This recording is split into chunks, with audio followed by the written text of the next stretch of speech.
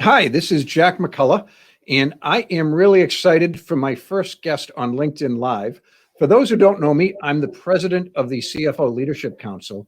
We are a professional association for CFOs. We have approximately 2,000 members across the country and in North America. And I decided just to sort of share some of my contacts and the expertise with my network through LinkedIn Live. Seems like a great forum. And I'm really excited by our first guest. It is Gordon Stuart. Gordon is the CFO of Unit4. Welcome. Hi, Jack. Glad to be here, enjoying it. Great, great. And tell us a little bit about Unit4, because most of my audience is American, I have to think, and it may not be a household name here. Yeah, well, we're trying to make it a household name in the US. It's a big push for us at the moment. We're an ERP software business, started about 40 years ago in the Netherlands. We are famous for serving the mid-market, people-centric industries.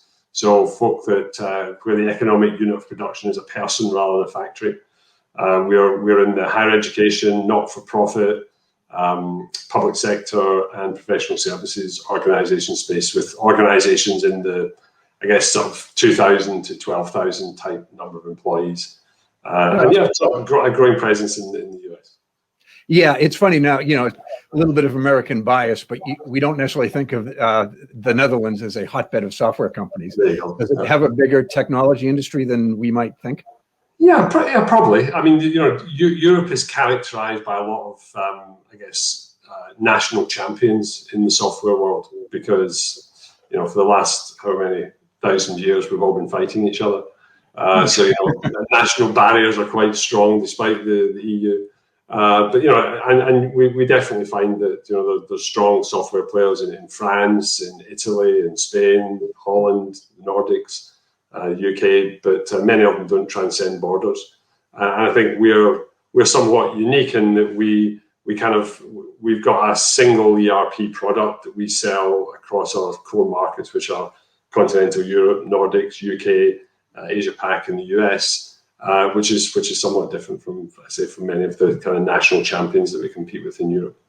Interesting, cool. And before we get into some other things, I'd love to hear a little about your journey to becoming a CFO. What were the skills you developed along the way? Yeah. Maybe some critical relationships, lessons learned. Whatever's on your mind, Gordon. Yeah, sure. I mean, I think I've had a somewhat unusual path to being a CEO. Perhaps I started my life making steel. And then from there you go. Moved into accounting, then spent a lot of time trying not to do accounting, where I worked in management consultancy. Then I ran a couple of business units and then found myself being the CFO of a UK listed company about 20 years ago. And I think the thing that's driven me the whole way through all of my different careers and phases of careers is a curiosity as to how do things work.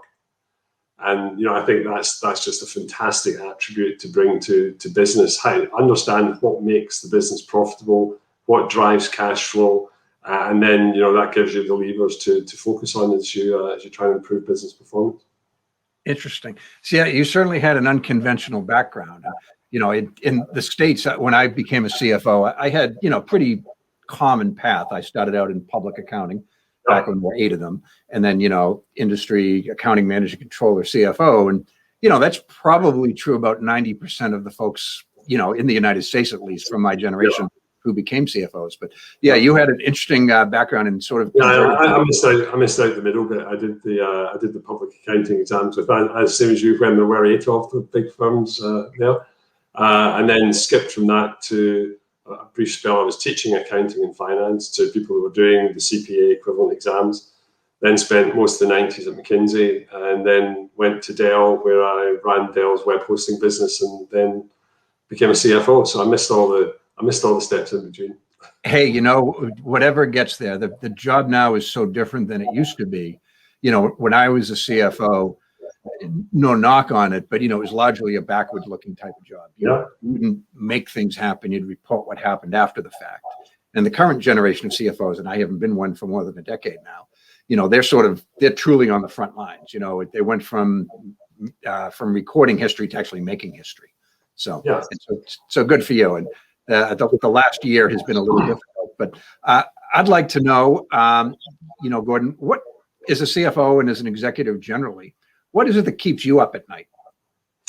Yeah, well, I mean, I think, if you'd asked me that question a year ago, it's a different set of circumstances. What's changed here? I'm not aware of anything. Yeah, and I mean, in the past, the things that have kept me up have been the same things that everyone has at a generic level. It's about making sure that you understand capital structure is adequate for the business, making sure that you've got kind of good forecasting tools and you can see what's coming from around the corner, managing investors. And, those are still there, but I think that the pandemic has thrown up different challenges that I think have been, they've been interesting and different. Some of them have been hard, some of them have been more straightforward.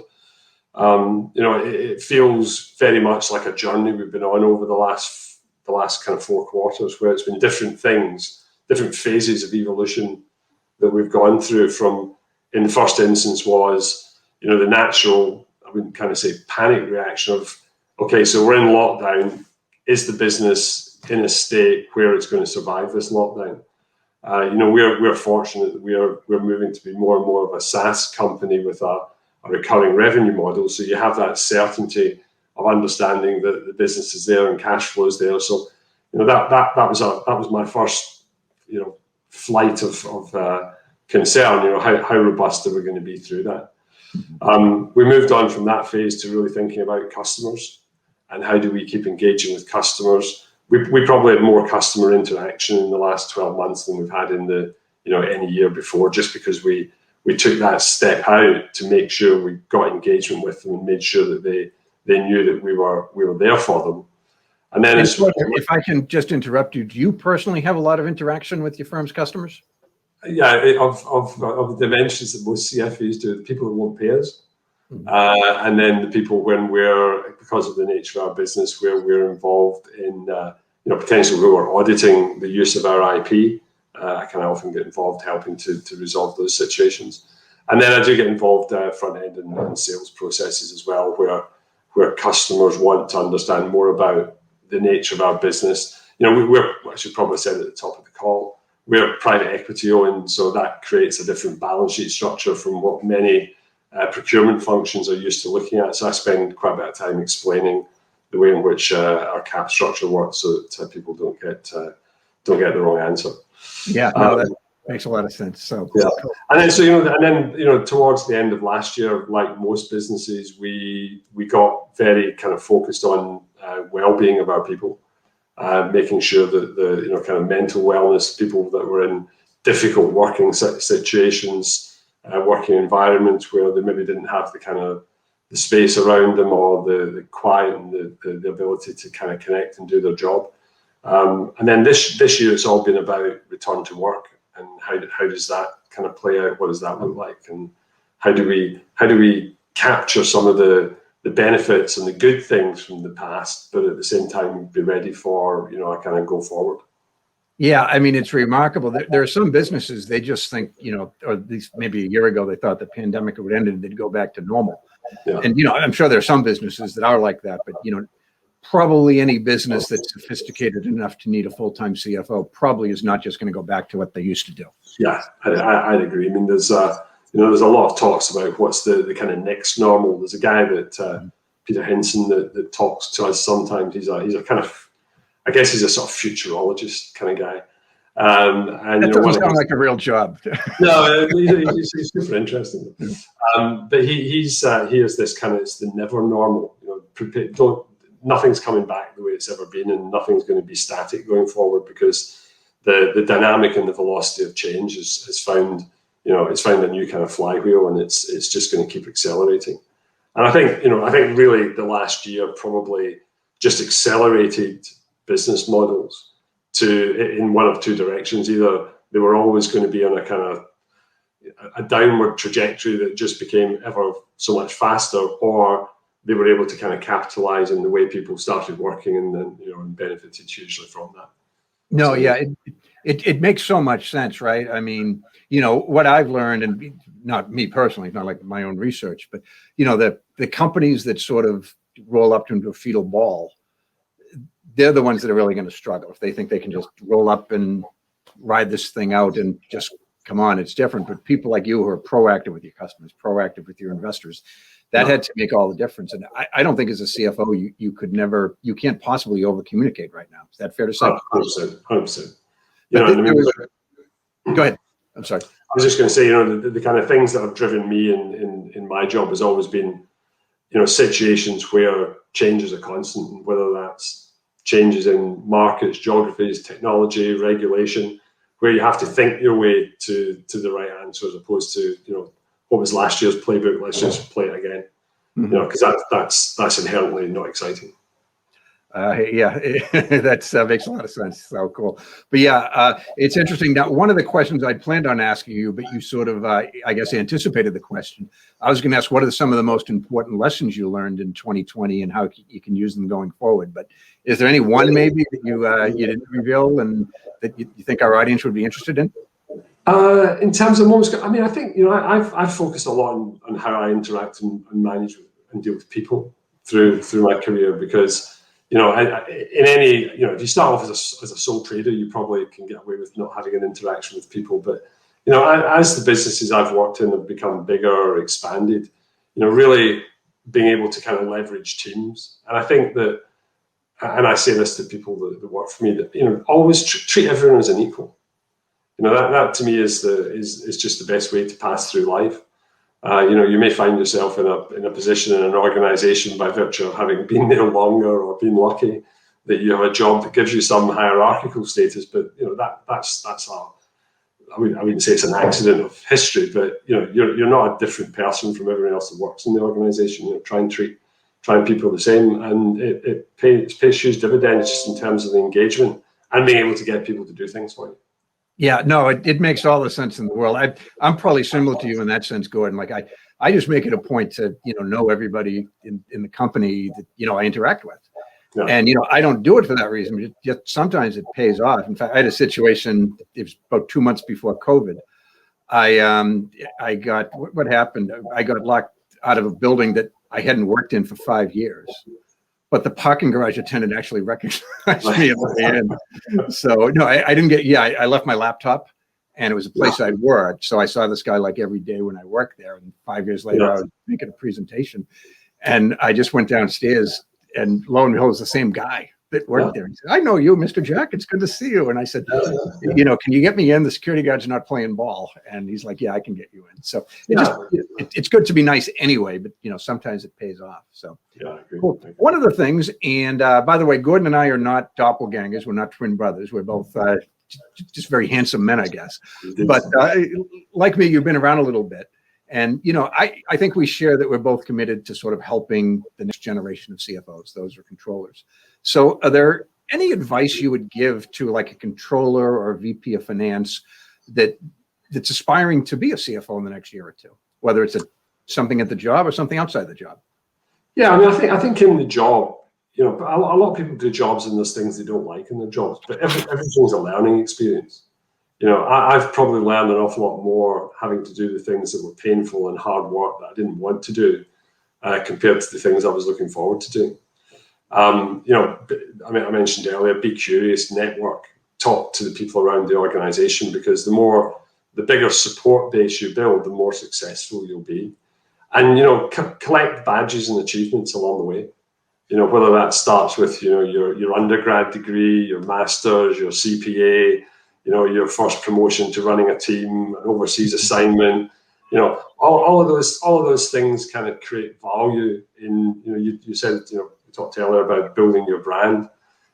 Building your brand is super important, both within the organization, but also as, you do external things, things like this. All helps. Yeah, every little bit helps. I heard 2 surveys, and again, it was American centric, but I suspect it might be true in your country as well. But so there were separate surveys, but you put them together, they were quite interesting. The first one: what institution do you trust the most? So it might be the president, the media, religious groups, whatever it might be.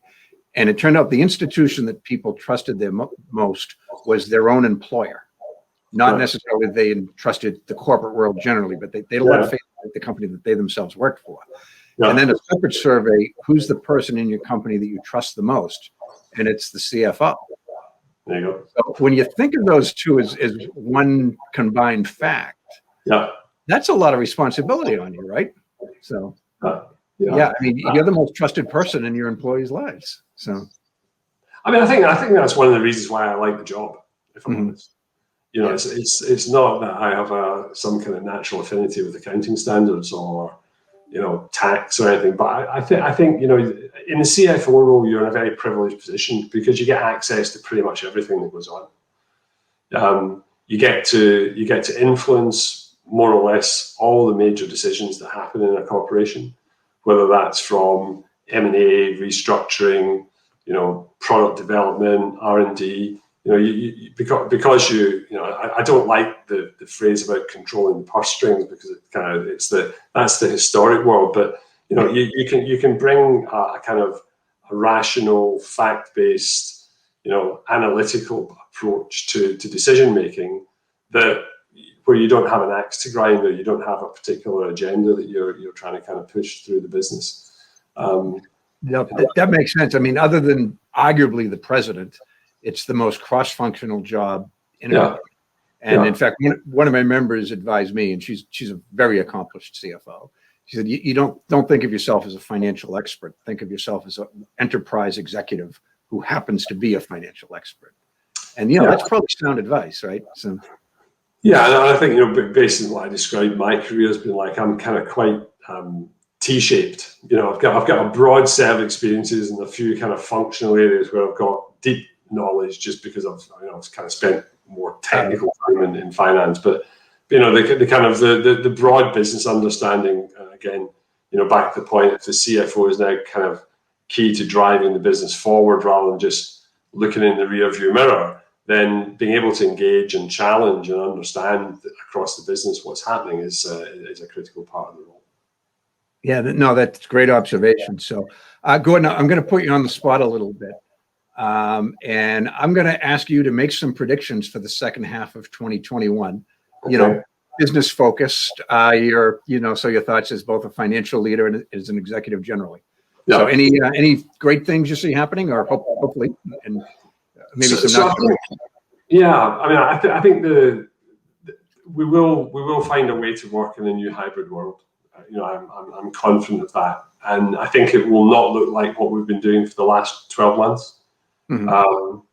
I think that it's going to require. I think it's going to be harder actually for people. I'm confident we'll get there, but I think it's going to be a harder switch on than it was switch off. You know, the switch off was essentially right. Everyone go home, log onto your laptop, and be there. We as a business, we are trying to create a new model that's a hybrid model, but a work where you're effective model. And I think that is, you know, it's optimistically the best way to go, I think. But it will create some challenges where you end up not, you know, this kind of one-on-one thing on a screen is pretty easy, I think. You know, despite the fact that, you know, we're both good-looking guys, it's like looking in a mirror and we can do this. That jumps off the page. If there's four of you there and one of me here and somebody else dialing in from elsewhere that doesn't have a video connection, that's a kind of totally different dynamic to try and kind of work through. And I think that's going to be tough, but I think we'll get there. And I think you know, we'll find different ways of creating or recreating the intimacy that you get by walking around an office and finding stuff out. I mean, I think, you know, the one thing that I've found probably not hardest because that would be overstating it, but I don't get the water cooler chat when I'm at home. Well, I do from my wife and my daughter, but you know, that's in my job, that's not that effective. And you know, as a CFO, back to this kind of T-shaped thing, there's so much you pick up by just bumping into random people as you wander around an office and chatting about what's happening. Yeah, just mentoring too, right? I mean, a young professional can come in and get 10 minutes of your time. Yeah, it's a little bit difficult to do when you're not in the same building. Yeah, so I think that, you know, we will crack that. Return to work will be there. I think also I think there'll be a wave of confidence that comes out in the second half of the year. And you'll see that in the kind of growth in the economy. You'll see that in pickup in corporate earnings and sales numbers, because there's a kind of pent up demand, I think, probably across all sectors. We saw in sort of Q2 and Q3 last year a definite slowdown in new business names, but that's starting to come back now because people have realised they can't sit in their hands because competitors aren't sitting in their hands and they're moving ahead, so they can't create that kind of clear water gap between them. So I think that's the one the internal one of how we're working, two the external. I'm optimistic about how that moves. Okay, well, that's it's always good to hear optimism, because CFOs, rightly or wrongly, are sometimes thought of the least optimistic on the executive team. Yeah. It actually, that hasn't been my own experience, to be honest. But it's kind of the stereotype. There's all sorts of phrases that you kind of get from reading around topics in this period. And the one the interesting one, which probably does play to the role, is trying to avoid optimism bias. Mm-hmm. When you ask people give me your worst case scenario, and then they give it to you, and then the next meeting they tell you it's a bit worse than that. It's like, well, that wasn't your worst case scenario, was it? People aren't good at getting to the bottom. Yeah, and I think as a CFO, you don't want them to get there in reality and deliver that, but you need to know what it can look like. Yeah, and I've used that optimism bias phrase quite a lot with people to try and get them to give me a real answer. Yeah, no, you're absolutely correct. It's everything changes. I mean, right now the biggest problem my members are having, they can't hire fast enough. Their companies are growing. It's like, geez, a year ago, if I came to you and said, you know what, your biggest challenge is going to be in May of 2021, that you can't hire quickly enough because your company's growing. Geez, who wouldn't take that as a problem, right? Yeah, any of them the answer. Most of them sort of got the overall point, but none of them. It's tough because I think, and back to the pent up demand, I think that's there as well. That people kind of. So here's an interesting stat. We've got 2,500 people in our organisation. 600 of them have joined during the pandemic. Wow. Of that 600, I'm going to hazard a guess. 80% of them have never physically met anyone in the organisation. Yeah, that's going to be a weird experience, right? But it's interesting because I'm of the generation. I like to go to work and meet with people, that type of thing, and go to events and shake hands and that type of stuff. Just the way I am. But younger people, they sort of, before COVID, they sort of had a preference for a lot of this technology, and I don't have to go to work every day. And now that we're doing it, each generation realizes that the other one actually is correct. The old geezers like me are like, this isn't all that bad actually. We can get a whole lot of work done, and maybe sitting in my car listening to classic rock and roll for 2 hours a day isn't the best use of my time. Maybe I can start a little earlier, finish up a little earlier, spend family time, and have a better quality of life and increase my productivity. And then the younger people saying, geez, you're right. I do miss those relationships that I had. So cool. Anyway, Gordon, what I'm hoping will be a regular feature of this series, if I keep doing it, is I'd like to sort of change some stereotypes of financial leaders. And I know you're not the traditional accountant because of your early background, but I noticed you had a guitar over your left shoulder, no longer on camera. So I'm going to challenge you to tell a joke or play us a song on the guitar, whatever you think is better. I've got a piano over the other shoulder as well. Neither of them have any competence whatsoever, so I better go for the joke option. Okay. Joke, politics, or religion. So jokes don't always transcend geographies or anything. So I'll try and keep it something sensible. So. And there's a persistence would be a theme to this joke as well, which is obviously another characteristic of CFOs. So a duck walks into a bar and says to the barman, "You got any bread?" And the barman says, "No bread." And the duck says, "You got any bread?" "No bread." "You got any bread?" "No." "Are you deaf? You got any bread?" "No." He said, "If you ask me for bread again, I'm going to nail your bill to the bar." So the duck says, you got any nails?" The barman goes, "No." He says, "You got any bread?"